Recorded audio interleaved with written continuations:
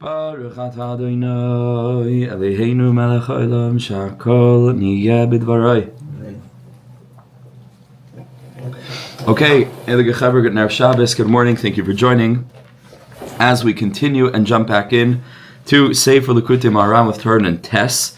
Today's shir is sponsored by Meechal and Yitzchak Yisrael for their father's 21st yahrzeit, which was the 24th of Sivan, Likutei Nishmas, Avi Mari Moshe Zusha ben Yisrael, Alav Shalom, may his neshama have a higher and higher aliya, and may his children and grandchildren and great-grandchildren bring him more and more Yiddishe Nachas as we grow along the journey of seeking of Ezra Hashem, bringing the lost princess home to the binyan hashlishi b'kar barachamim. Amen. Also sponsored anonymously the Refuah Shalema from Menachem Mendel ben Devira.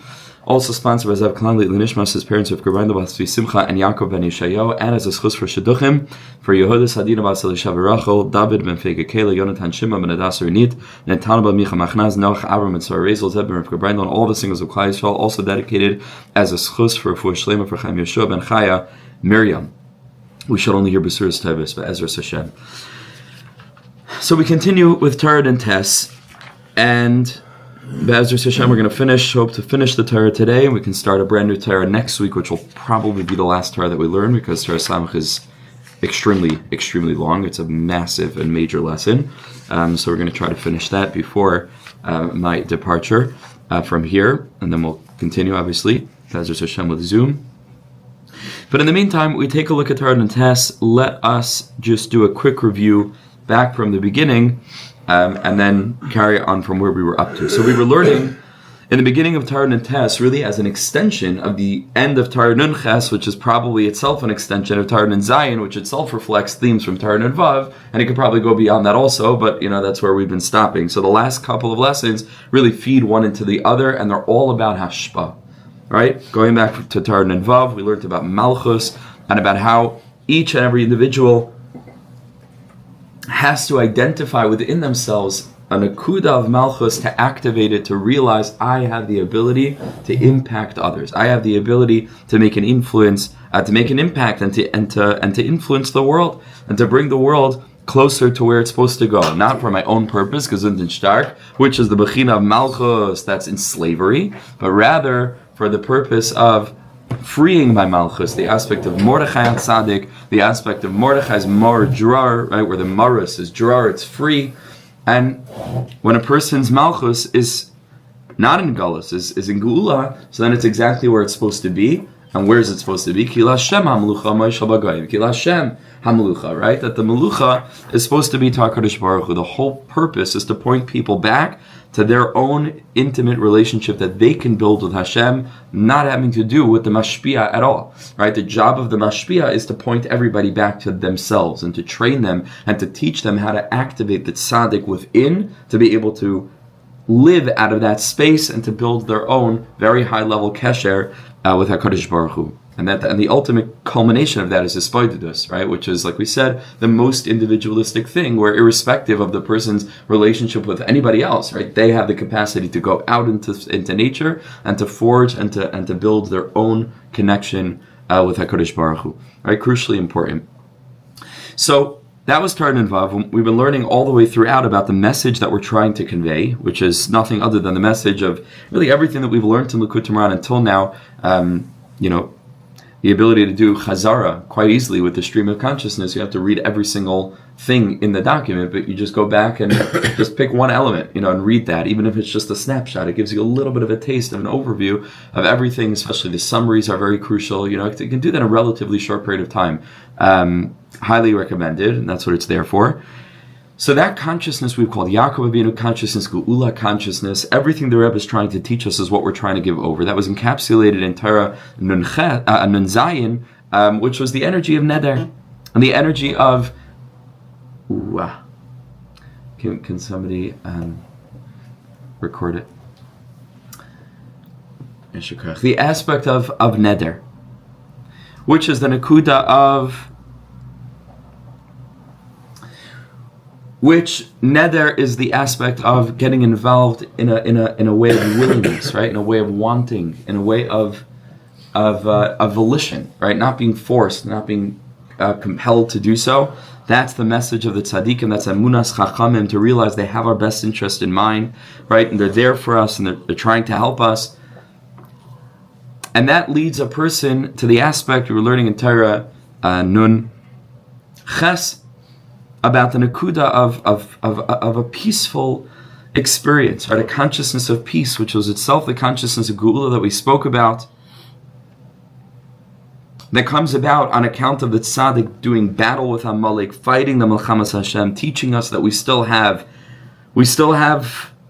hope, right? Battling, to do battle with that kriris of Amalek. That's what we had learned.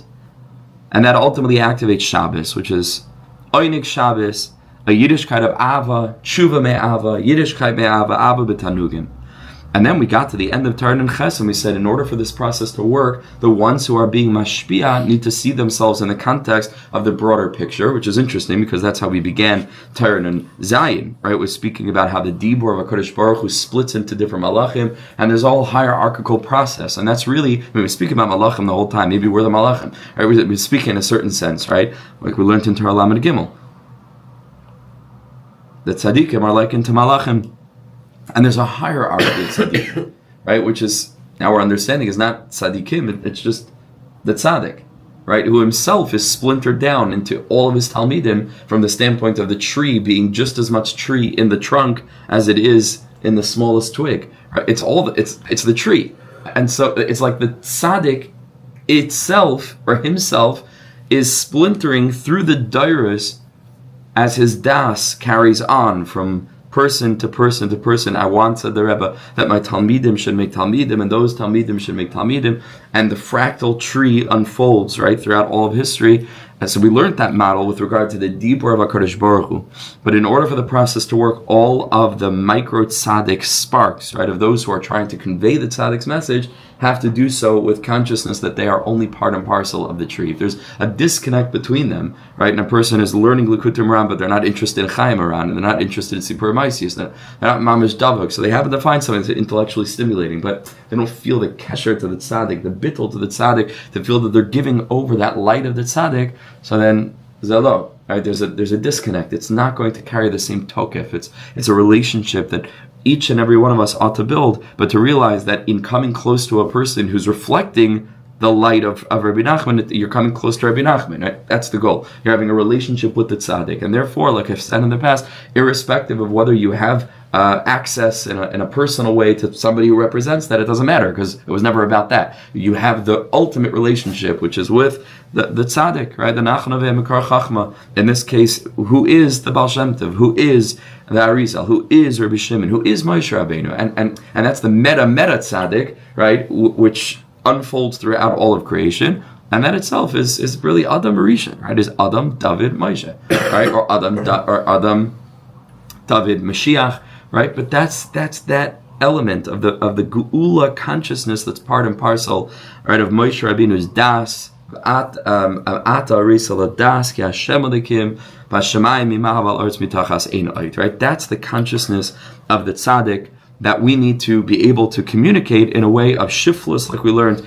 The Dibur of Shabbos, it's all tali on v'daber davar, and that's what we had learned all the way from basically Nunvav through to Zayin, through to the end of Nunches. We began in Tes, which is the Torah that we're learning now, by saying that that if, assuming we are in the posture of what the Pasuk of Meechal calls Ushval Ruach Yismoich Kavod, that really we've gotten to the point, going back to Torah Nunvav, which is why I began to review with that, which was all about Kila Hashem Amlucha, it's about Kfayt Shemaim, it's about Mar Dror, right? It's about living a life of the freedom, right? Of Malchus being in Geula, and Geula meaning Kila Hashem Hamlucha. And in order to support that, Yismach Kavod, a person's in a state of Ushval Ruach, where that's really their only goal, right? Is not for themselves, but is to help people come closer to HaKadosh Baruch Hu. That's the only Simcha. And the greatest Simcha is when the person, right, who was makabel from this person no longer needs this person, because the person doesn't care. They're not trying to lengthen the relationship. If somebody is on their own 2 feet, beautiful. Now the job of the mashpia is to help the makabel himself turn into a mashpia. So that's it, and then their peers. Like that. That's the whole point. That's the whole point. Until eventually all of Klal Yisrael is activated in that way. Mamlechas Kayan v'Goy Kadosh. Then there's no mashpia makabel. Then kulam yedu I see miktan v'agadolim, and then let's go. We have a whole world to teach. Like, that's the ultimate goal. Ushval ruach yismoich kavod. So then, when we're in a bechina of a daber davar, so then dibur is activated in a way of heichal hakodesh. Heichal is the aspect of ubeheichale kulai oimer kavod. That's the inyan of a daber davar, Shabbostic consciousness as it relates to building a heichal. And what kind of heichal is it? A heichal hakodesh. What's the inyan of kodesh?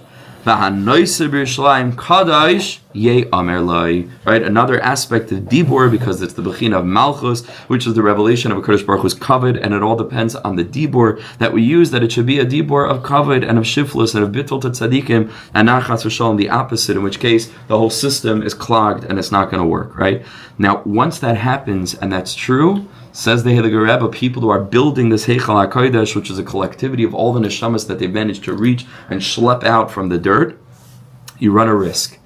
You run a risk of being impacted by those lower klippas that have attached themselves to those particular people, which sounds super metaphysical and, like the realm of the demonic, but we like to explain everything in a practical or emotional way. Sachakol, these people are in a place where HaKadosh Baruch Hu is more concealed from their lives. They're not there yet, and that means that you're encountering individuals who are further away than you are, right? And somebody sent around a clip of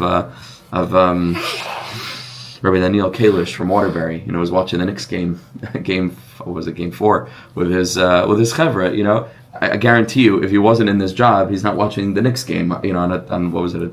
Was it Monday night or whatever? He's not. Or the Knicks basketball teams play basketball. I know about basketball. Comeback was that? Yeah, something like that. Basketball. So that's so they were watching the Knicks game. So what's the inyan? There's klippas there, right? Not that the chas v'shalom the boys are klippa. Like that's not the inyan, right? The thing is that if a yid is not yet living in dvekas, so then there are klippas, right? But again, the klippa is not like some demonic, devilish, like inyan of like, oh, there's like a pariah. It just simply means there are shells that are concealing HaKadosh Baruch Hu's light. That's what a shell is, right? A shell on a fruit means the pre is hidden, right? And the job of a yeshiva like that, or the job of any yeshiva really, is to slowly but surely unzip the klippas, right? Peel off the klippas, as the song goes, to reveal the panemius, right? Yidden, so holy, so pure, so precious, right? That's the nekuda of everything. But all the while that happens, you're going to come into contact with individuals whose way of thinking and way of speaking and way of acting and, values and what they care about very strongly, and maybe even more passionately about the way that we care about Kedusha, just judging by the reaction of, some of the people out there over this victory, So then you're coming into contact with a world that you might not have come into contact with, and that can have a detrimental impact, right? A person like that is in danger. He's in danger because all of a sudden you get exposed to things that you wouldn't otherwise get exposed to, with everything that comes along with that. And if a person's not mamish strong enough, so then you can get sucked into it yourself, and before you know it, the line is blurred. And like, I quite enjoy the Knicks game. I'm not saying that Chas v'shalom Rabbi Kalish is his slavas like crazy. Obviously he's the Mechanech Hadar in so many ways, but it can happen that way. And all of a sudden, you're not quite sure. You're one of the guys, but you're the Kiruv rabbi, but you're one of the guys, and you quite like fill in the blank. So there's a danger, right? There's an element of danger. What's the eitzah? His slavas halev. How do you get a slavas halev? Mishpat. Right? The mishpat of a person going out and doing cheshbon nefesh and espoidedus, that gives him the right words, the diburim, the mishpat, the ability to calculate how to communicate with these people in such a way where that distance is maintained in the appropriate way, so that he can maintain his own energy and lane, and at the same time impact them, so much so that his diburim that are kegachale eish, that are fiery, are able to go and help these people as well, and burn away further the klippas in their own lives and help them genuinely progress, right? It's very beautiful, to have a good relationship and give Yidden a good experience, but we also have to move them along. It's very crucial. It's very critical. At a certain point of the relationship, you have to say, listen, there's mitzvahs in the world. It's beautiful to come and have chumas bar, and have a musical Kabbalah Shabbos. It's gavaldik, and that's amazing. For so many people don't have any contact with Yiddishkeit, or certainly not from Yidden, and all of a sudden they have a positive experience. Halavai, right? Rav Yitzchak Berkowitz has said that, even if nothing else, just to keep them aware that they're Yidden, so that when the shofar blows, they know b'chlal what that is, and that they're a part of that, is already a big inyan. In a chanami, but we shoot for the moon wherever we land, we shoot for the moon. In other words, there has to come a point in the relationship where there's mishpat. Obviously, you build trust, there's a loving connection, and now The ultimate goal is to bring people close to Torah. So that's the nakuda of mishpat that we need, which is crucially important. And then we started speaking about Shabbos. That Shabbos are these two aspects of mishpat. We had the bechin of igula, the ribua, de legav. Right? The ribua was the aspect of ispaididus, which is our own cheshbon nefesh, because it's all in a mishpat. And then there's igula, right, which is knowing how to communicate this mishpat in such a way where it's able to help individuals. Igula is hidden because that's a gift min hashamayim. Nobody can really figure out how to work on that. Like care of professionals. There's no profession because there's no data that shows what works and what doesn't work. It's not a profession, right? It's everybody's throwing stuff at the wall and seeing what sticks. And very little sticks, to be honest. Seeing what sticks better than other things. But it's not a profession. Like it's nobody knows what to do. We're trying to bring Hashem's children back. Nobody knows. It's not a science. Halavai should be a science. Then we know what doesn't work and we know what works. Maybe they should turn it into a science and actually analyze all the care of organizations around the world and figure out. But even that's not so good because there are different things that work in different cultural contexts. And America is different than England. And England is different than Spain. And Spain is different than, Eretz Yisrael, b'chulei, obviously. So it's not so simple. But the point is, that's a gift from Hashem. What could we do? Hispaididus. Crucially important. If I was running a care of organization, or really any organization, I would mamish mandate that my guys do hispaididus every day. How could you not? How could you not invest that your chevra do an hour of hispaididus? You have to, because if they're not doing that, I don't know what they're doing. I don't know. I can't rely on guys to be able to communicate the presence of a Kadosh Baruch Hu if they themselves are not spending requisite time really investing in their own inner world. Right, for sure. An hour of hispaididus, probably an hour of meditation also I'd mandate. Or for sure a whole morning that they should mamish be connected in the right way. Then you have a team. Then you have it, and then they're on fire. Then they have this slavas halei. Without that, I don't know. It's a profession. It's what they do for a job. Fire has to be a slavas. And that comes from hispaididus. That comes from cheshbon nefesh. That comes from really being invested in this thing, right? Or not, in which case you're probably not going to stay at the job, which is also great, right? Because it's not a job. It has to be a passion. You happen to get paid for it. But it happens to be mamish your whole life. If it's not your whole life, it's not going to work. The person has to be so wet, right, from this that they're dripping in such a way that they impact other people. They overflow. That's how it has to be, right? Yiddishkeit is caught, not taught, right? It's not words. It has to be mamish from the lave. That's the bechin of Shabbos, like bittul b'shishim that we learned about. And then yesterday, we got into the inyan of wealth, of ashiras, which, said the Rebbe, is an aspect of what a person might unlock along this journey to try to reach Yidden and to try to bring people, to help people to grow closer to HaKadosh Baruch Hu. Ashiras and Parnasa Tova could be something that is a very important element.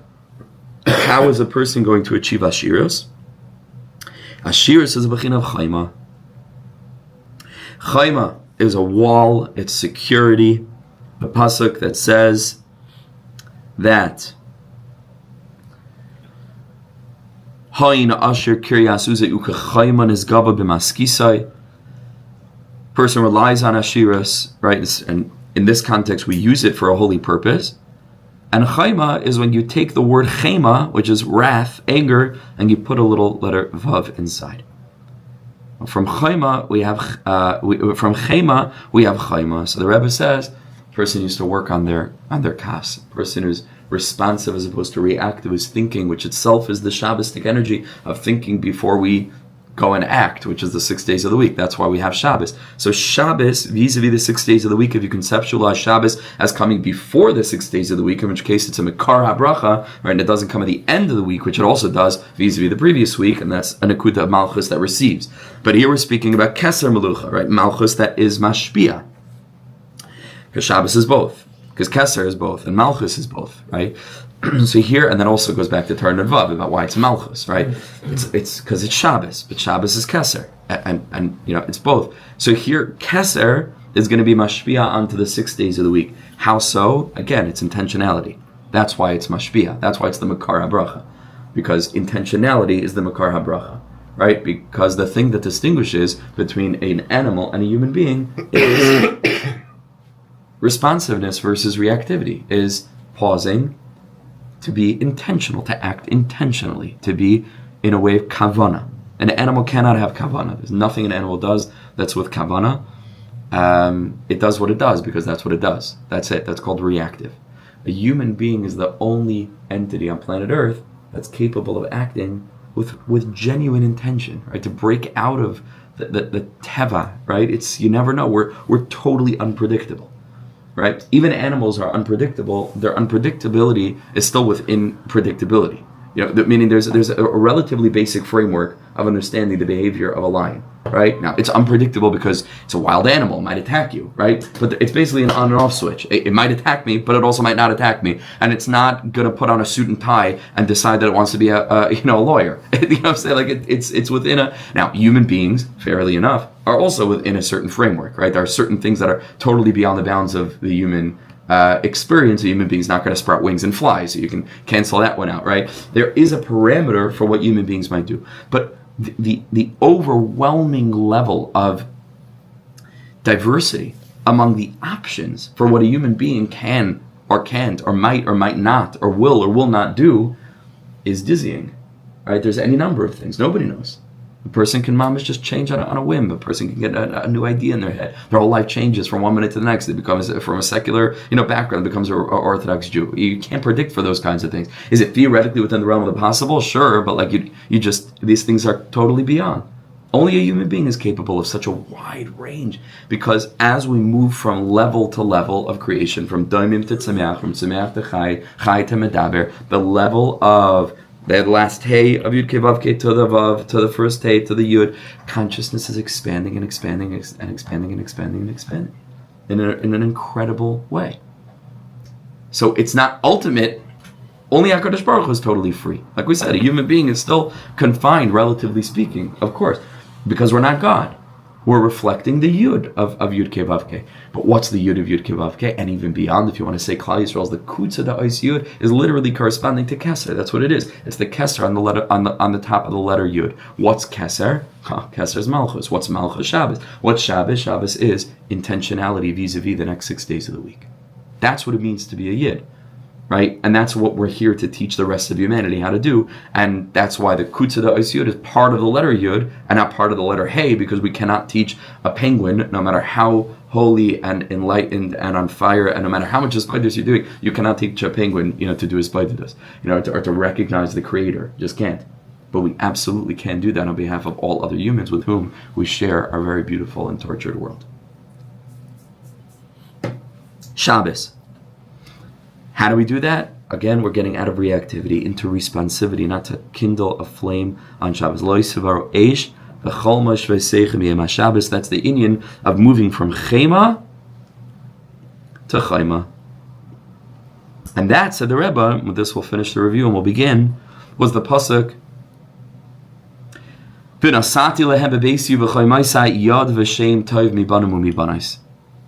said the Rebbe, it's talking about Talmidim.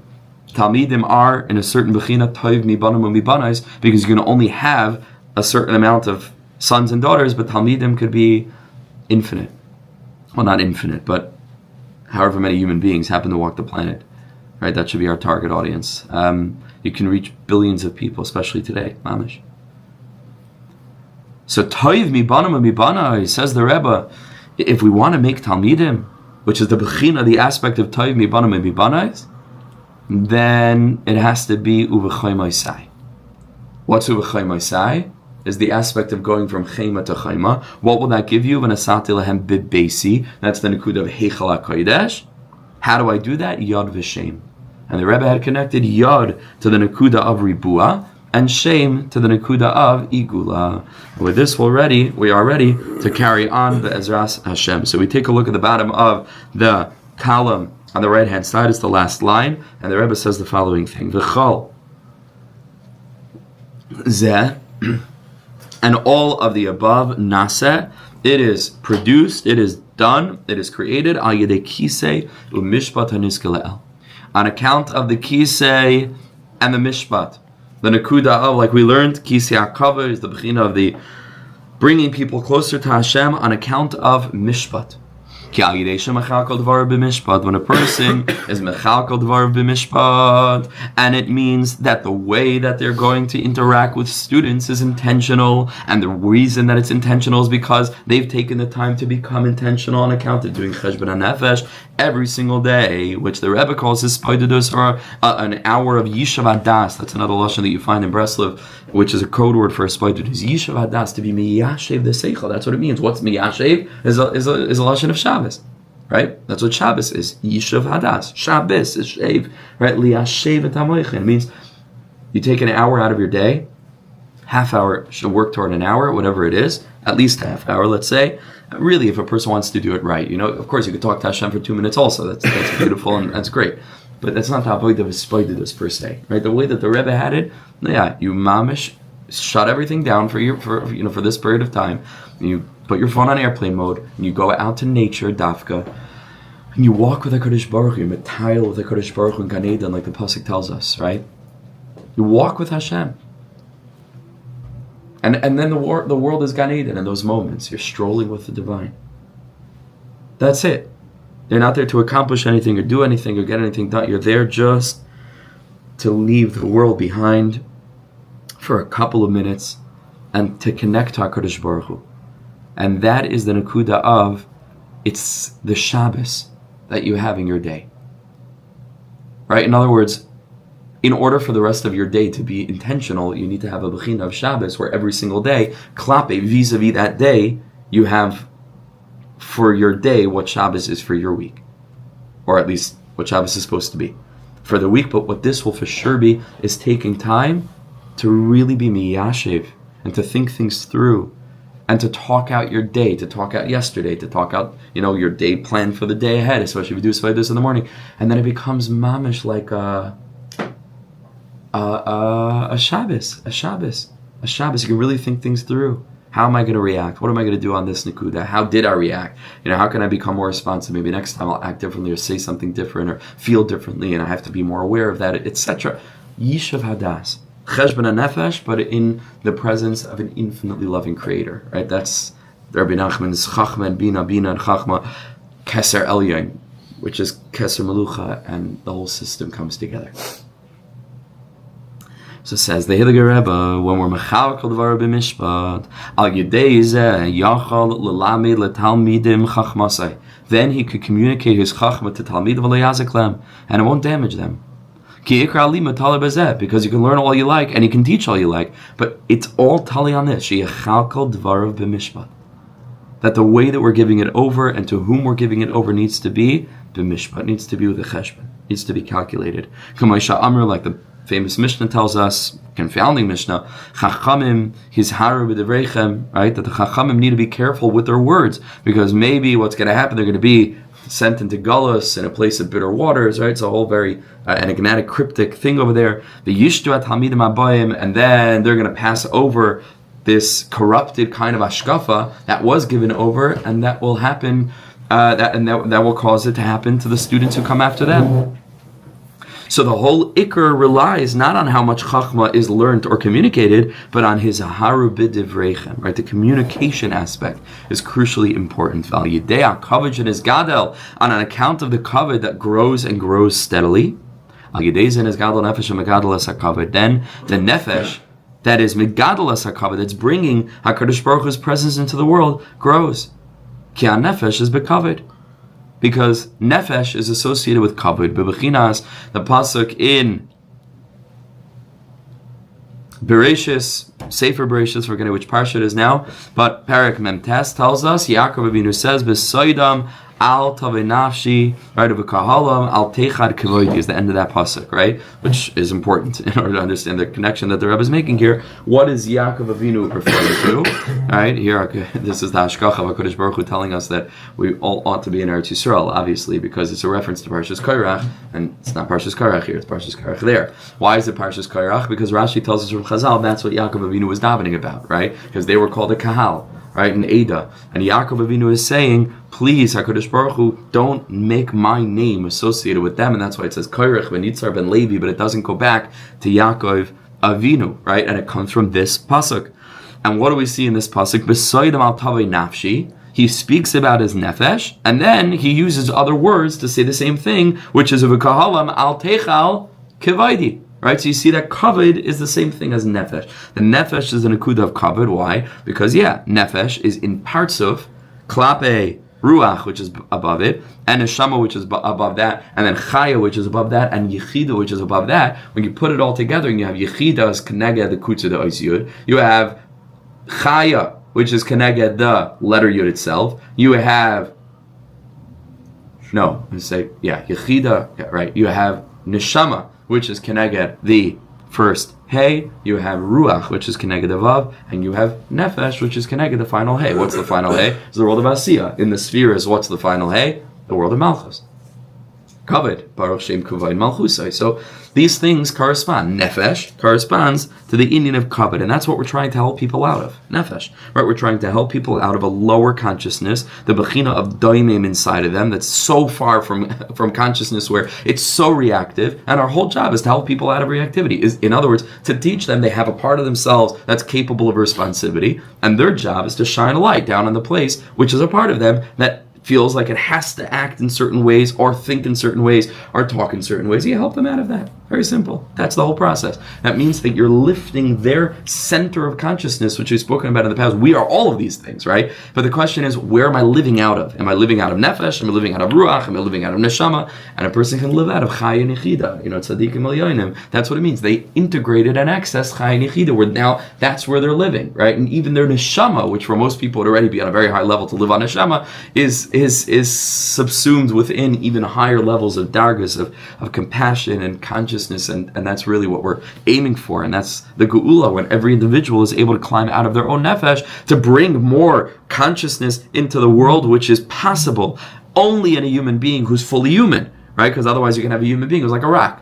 Right? He's not mamash a human being. He didn't activate his humanity yet. Is he a human being l'cha'ira? On some level, does he have a tzelem elikim? No doubt. Look, he's created in the form of a human being. He's created in the form of the tzelem, which means that inside of himself he carries all those madrigas. But if all he's activated is the gamer part of the human being, which smokes a lot of weed, and eats a lot of hamburgers and stays in bed the whole day, is a daime.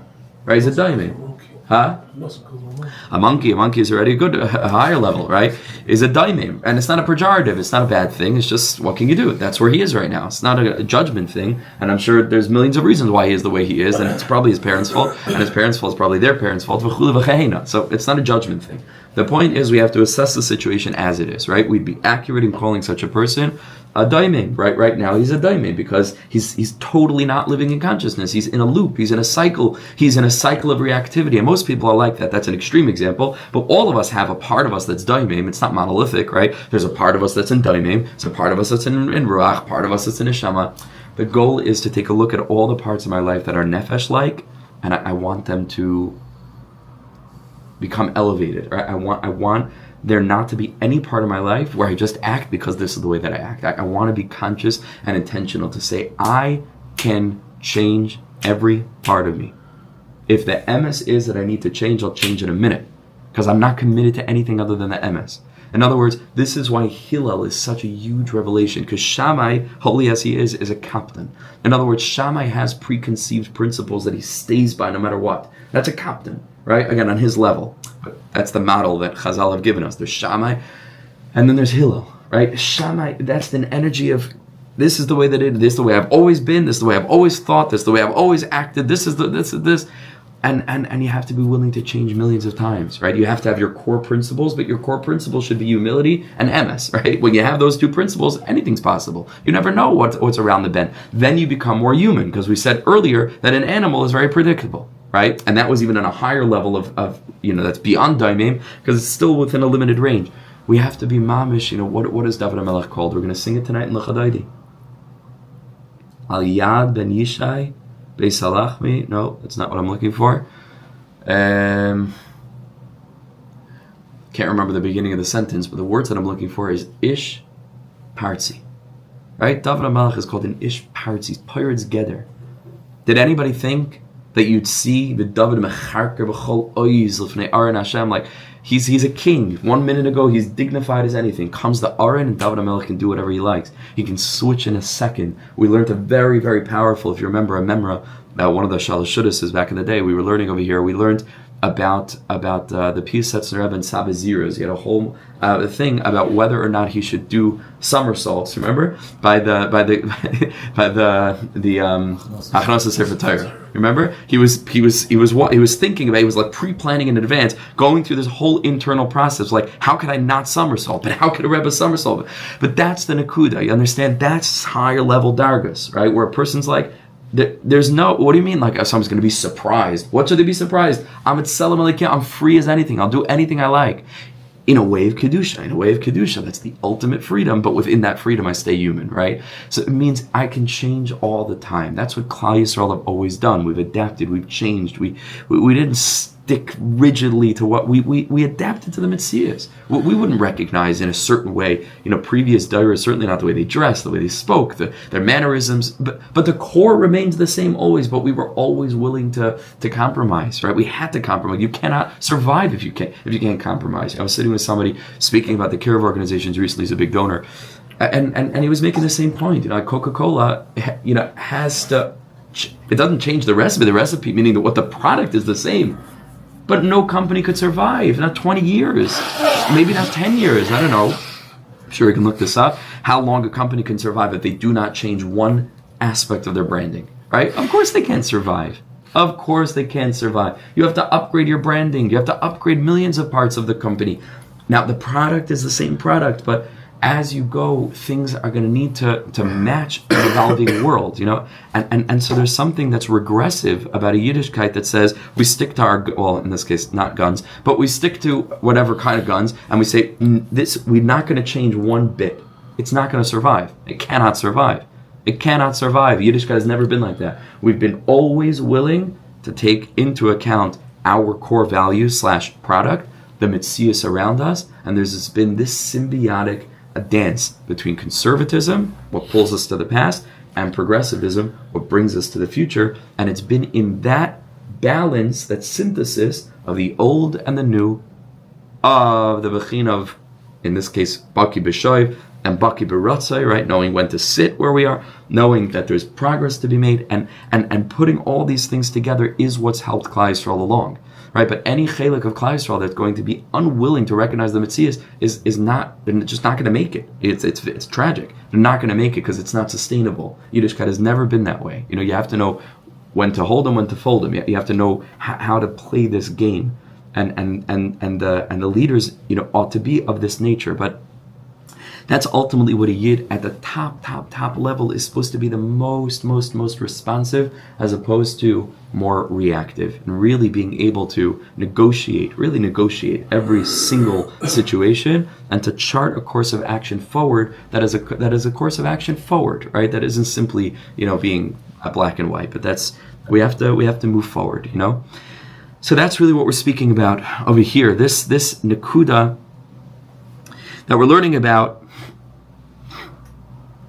of taking the nefesh, which is the bechina of kavod, but it's nefesh, up and up and up and up to higher levels.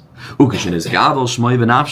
a person helps other people out of their nefesh and into the ruach and into their neshama and beyond.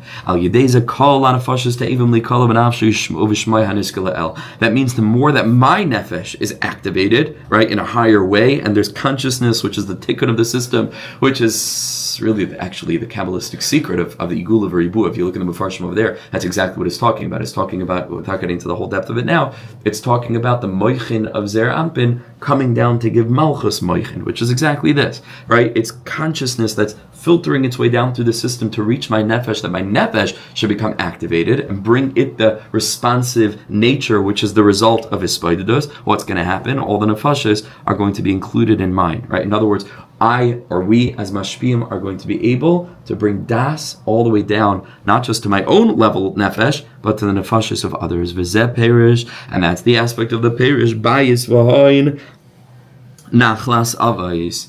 Bayis v'hoin nachlas avos. Bayis v'hoin sebechinas bebeisi u'v'choy moisai v'chulei.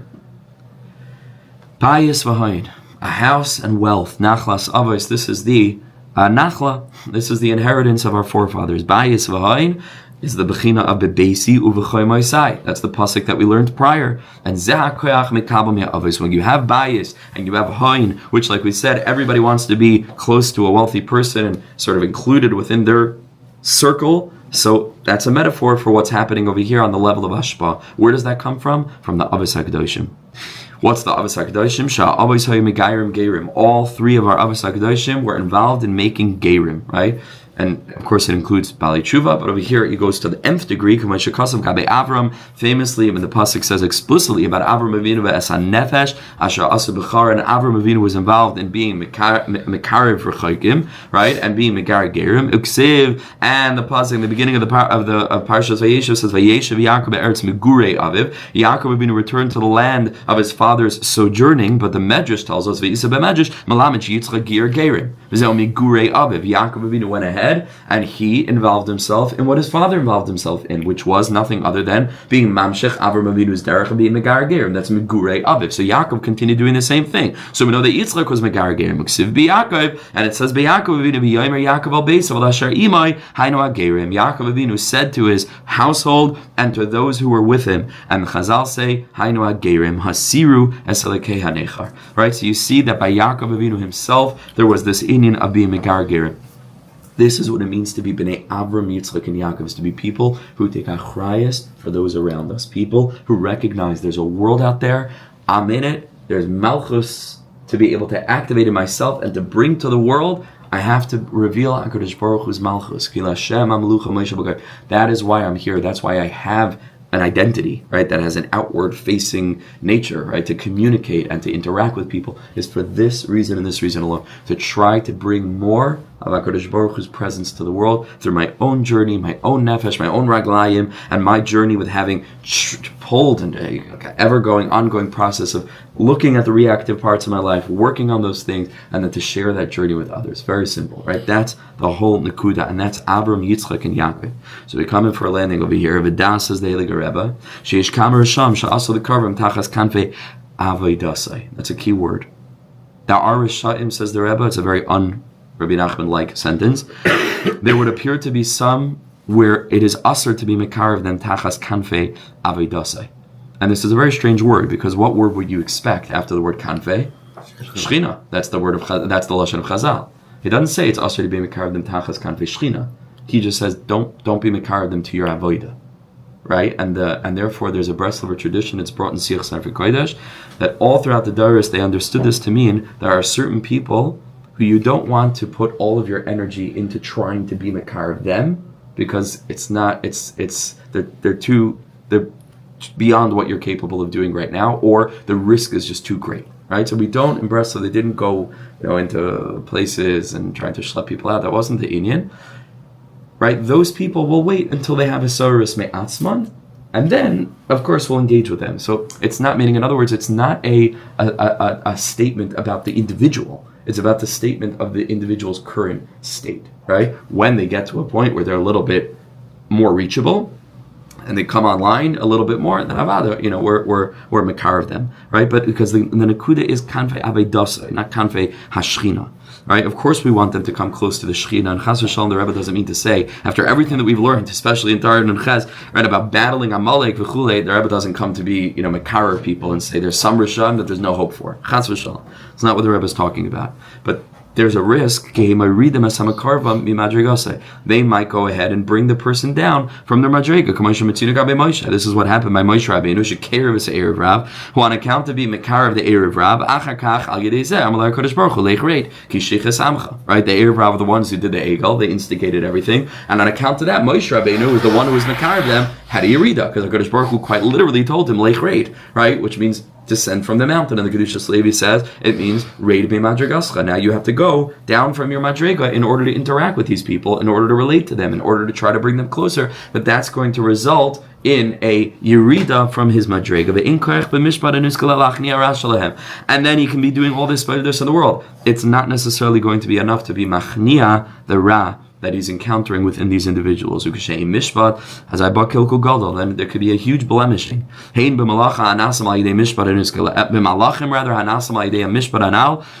in the hierarchy of angels that are produced through the aspect of mishpat, which is eslavas alev, right? He just stops doing mishpat altogether. He stops doing his spider. He stops spending the requisite time to be able to really think about what he's doing with his life, why he's living the way he is, and really reflecting on all the possibilities that become open when a person isn't stuck in a lower level of consciousness, when a person becomes open and responsive and free, right? And then you're free to really consider new alternatives, different ways that you might think and live and act and etc. That's what this is for. And with this we finish. This is the aspect of the Gemara in Shabbos. You see it's mamish connected to Torah non-halachic because it's the next memra on that Gemara where they were asking Hillel Daika, right? Hillel, we spoke about Shammai and Hillel. We spoke about Hillel, and over here we have another question that they were asking him to drive him crazy, to test his anivos. But Hillel was an anvisan, right? So you didn't expect Hillel to get angry. You don't know what Hillel will do. Hillel's an anav. Anything's possible. He'll stand there, Erev Shabbos, middle of a shower, and he's listening to all these questions. What was the question this time? Why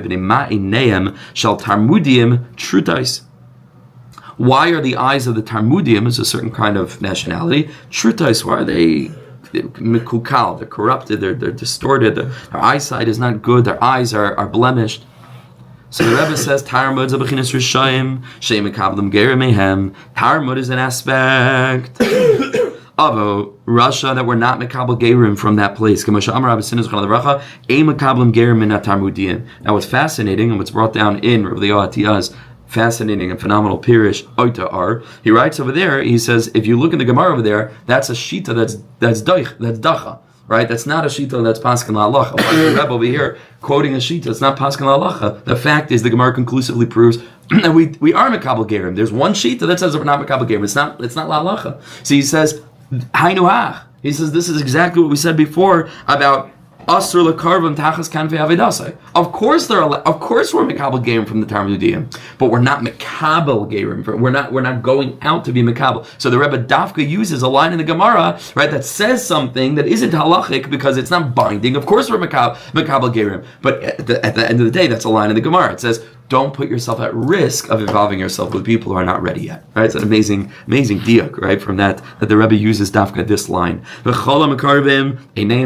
Anybody who tries to be mekarav them, their eyes are going to become distorted. Zabechinas kilkol Shabbos. This means it's going to get in the way of their Shabbos energy, of their Oynik Shabbos energy, of the aspect of responsivity, of the aspect of mishpat that we were learning about. What's Shabbos and its connection to the eyes? Because Shabbos is shin bas. And we know that shin, we learned this in the past, is slas gvana de'ena. The shin is the aspect of the three colors of the eye. And bas is bas ayin. That's the pupil in the center. That's malchus.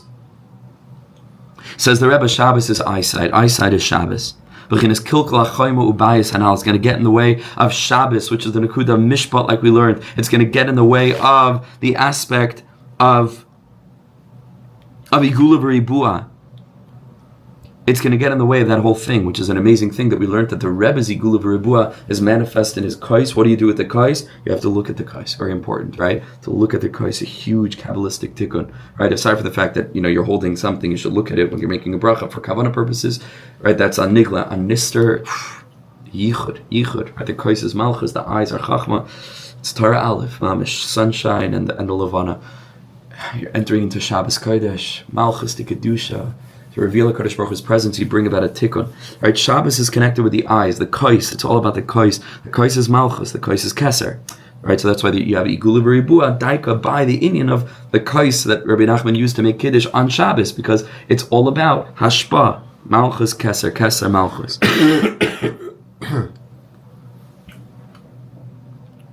Which is the aspect of the eyes. Right.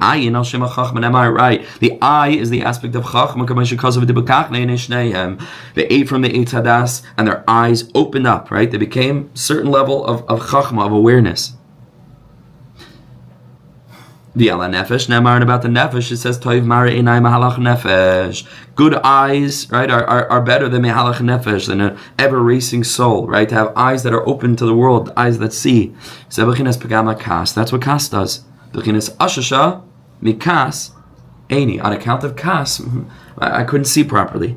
Zebechinas Hashiros, and that's the aspect of Hashiros. Bechinas Birchas HaToiva, Rabo Echleo Makishrin Leva'alav, Ki Imru'us Einav. Right? A person could have everything in the world, but what does it do? What does it help the Balav? Ki Imru'us Einav. The only thing that's really important is eyesight, right? Which we're learning about is the Igula V'Ribua. And it's related to Hashiras also. You can have Hashiras, but if you don't have eyesight, why might you not have eyesight? Because all the tikkunim that you're making with all of your mishpat is being blemished because it isn't strong enough to protect against the things that a person is going to be exposed to in this case, right? So a person always has to draw a line, right? Obviously, yes, we're going to probably, even wear blue shirts, just to sort of fit in a little bit, which I think is absurd, but okay, we'll leave that aside. I think it's mamish absurd. It's makesha. How could something inauthentic, whatever, we're going to leave that aside. We have no time for a rant now. What do you do? What can you do? I'm sorry. But I don't understand this one little bit. I think it's ridiculous. But, okay. So, it doesn't matter. But the point is, Mandy, you gotta stay with us. I was with you. I'm kidding. So forget that. But the point is, let's say even a person's gonna wear a blue shirt, right? So then, okay, but everybody has a line where they're gonna say, obviously, you're not gonna go into a nightclub, right? I mean, maybe there's some people that would, Rabbi Grossman, I think, is like the famous nightclub rabbi, and Reb Shlomo would go wherever, and the Pshisker going back would go into all kinds of theaters and things, but. To mamish, everybody has a line, right? And they understand, because if I go in there, so then what do I gain versus what do I lose? I'm going to lose myself. I'm not going to be a makar of anybody. They're going to be a makar of me, right? You have to know at a certain point you're trying to be a makar of them, and they're makar of you. Whoops. Wow, what happened here, So we don't want any of that stuff. And that's mamish, sometimes what happens, people have huge yeridas on campus, huge care of rabbis, all of a sudden because they don't have a binyan. So they're not davening, and they're not learning, but they have it's folly. I don't know what to say. It's shtuz she'ein kamayu. There's no achrayus for any of this stuff. It's wild, and it's happening. Don't tell me it's not happening. I know that it's happening. I know the people. I know I'm not like imagining things. So what's going on over here? What's going on, right? So you have to be careful. Mishpat. Otherwise, it can be a kilkul, right? V'sha'al was Hillel Nasi. This is what they were asking Hillel. Why is it that the eyesight gets blemished? And they why is it that when they try to be makar of those that are unreachable at this moment, their eyes get blemished, right? And that was the Tarmudiim, right? Those who are engaged in trying to bring the Tarmudiim closer, those that were not Mekabel Gerim from them on account of their... So why did their eyes get blemished? So Hillel answered, it means because they dwell among the sand, right? And the sand gets in their eye. But Hainu she'elu resham hatzlachasam kol kach chazak. Hillel was responding to them. These people, their hatzlacha is so strong. Ad she'eni chadas b'koach hamishpalach ni reshasam. All the mishpat in the world is not going to be able to hold up against it. This world is a dangerous place. This is a madar klipos. The world can draw you in. V'zeh yachilu drachav b'chol eis mara mishpatecha minegda. Yachilu drachav b'chol eis. They're shaking from your drachim mara mishpatecha minegda, which you can learn. But our Kadosh Baruch Hu is not bringing mishpat, right? Mishpat is not present. It's minegdoi. On account of yachilu, which is the Indian of the chol, the sand that's in their eyes. There's no bein hacholos. B'chinas yachilu, b'chinas hatzlachasam, because they're having so much hatzlacha. Ad she'in mishpat kenegdam, where all the mishpat in the world, right, is not present when you're trying to interact with them. Is a yadua shetarich mishpat keniskale'el. Like we said, we need mishpat, igulav ribua, spoidados, and a gift min hashamayim to be able to utilize that balanced consciousness to know who to speak to, how to speak to, when to speak to, in what way. But over here, because the mishpat was too far away, no matter how much they tried to bring it into their lives, it was too distant, klapi, these people. So then that is mekalka the einayim, that's mekalka the bechina of Shabbos, it's mekalka the inin of igula v'ribua, it's mekalka the oinik Shabbos, tshuva me'ava, actually caring about Yiddishkeit so much that you want other people to be involved in it. The whole thing is mikukal, and that's what's going on. Akan the Shem Rabbeinu Zchon the Rochel. The Reb Nosson just tells us quickly. Tlas nafke michad shebesimin nun ches v'zoyseter shaleichel hakodesh. Right, nun chesen and tes, like we said outside. Shneim nemru ke'echa b'tera achas al pasuk ashriya yoidei suro. They were both said together on that pasuk. Achachakach kishakasam, when he wrote them down. Chilkum l'shnei teres. He divided them into two. Ukeshekibalti mi'ita teres ilabiksav. When I received them written, Amali, he told me chalaktim l'shnayim. I want you to know I split them into two. And Reb Nosson says they understood. It was done with kavana v'Hashem yedei kavana. So only HaKadosh Baruch Hu understands his kavana. Humble Me has a couple of theories. There's no time for that now. and wishing everybody the most lovely, beautiful Likutei Shabbos up ahead. B'siyata d'shmei. Things that you talk about kois. That Lubavitcher's kois had a massive Mogen Dovid on his kois. Huh. And even when they replaced the kois, he insisted that they replaced it exactly. אני הבן ואתה האב שלי שכל כך אוהב אותי האב שלי מלך חי וקיים על כל נשימה שאני